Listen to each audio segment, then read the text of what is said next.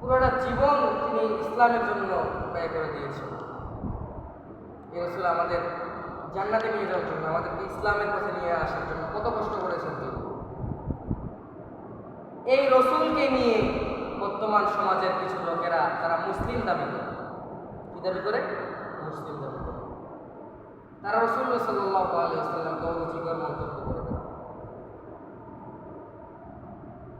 ইহুদিদের সঙ্গে সঙ্গে কিছু কিছু মুসলমান আছে, যে মুসলমানরাও আমার রসুলকে নিয়ে অরুচিকর মন্তব্য পেশ করে। শুনে রাখেন, যেই মুসলমান, যে ইহুদি নামক, যে কাফের নাস্তিক নামক মুসলমান রাসূলুল্লাহ সাল্লাল্লাহু আলাইহি ওয়াসাল্লামকে নিয়ে সমস্ত অরুচিকর মন্তব্য পেশ করে, তারা মুসলমান নয়, তারা মুসলমান নামে নাস্তিক, কাফের, বেঈমান, মুরতাদ।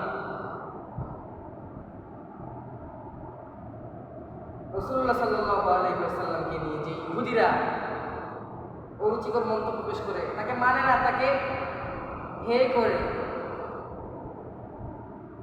সেই ইহুদিদের পেশা নিয়ে তুমি পড়ে থাকো, সেই ইহুদিদের সাপোর্ট করো, তুমি কেমন মুসলমান? তাদেরকে সাপোর্ট করো তুমি, তাদের গেঞ্জি পরে বেড়াও, ব্রাজিল সাপোর্ট করো, আর্জেন্টিনা সাপোর্ট করো, তুমি কেমন মুসলমান? ব্রাজিলের পক্ষে টাকা লাগাও, আর্জেন্টিনার পক্ষে টাকা লাগাও। এই লজ্জা করে না তোমার? আল্লাহ সুবহানাহু ওয়া তাআলার হাবিব আমাদের জন্য এত কষ্ট করেছেন, সে আল্লাহর হাবিবের নামে তুমি আল্লাহর হাবিবের বিরুদ্ধে যারা কথা বলে তাদের তুমি সাপোর্ট করো। তুমি মরলে কোথায় যাবা? একটু চিন্তা করো তুমি। এই মুসলমান যুবক, সাবধান হয়ে যাও। পিছনে যা করছো, সামনে তো তওবা বিল্লাহ করে আল্লাহ সুবহানাহু ওয়া তাআলার দরবারে চলে যাও, আল্লাহ সুবহানাহু ওয়া তাআলার কাছে চাও, সাবধান হয়ে যাও। চুলটাকে পিছন থেকে কাটে সামনের দিকে চোখা করে রাখছো, কাউয়ার মতো, কাকের মতো। লজ্জা করে না তোমার? ইহুদিদের পেশা ধরছো তুমি, ইহুদিদের অভ্যাস ধরছো তুমি কেমন মুসলমান?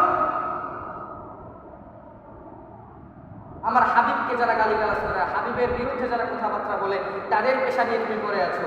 আল্লাহ তোমাদেরকে হেদায়েত দান করুন জীবন।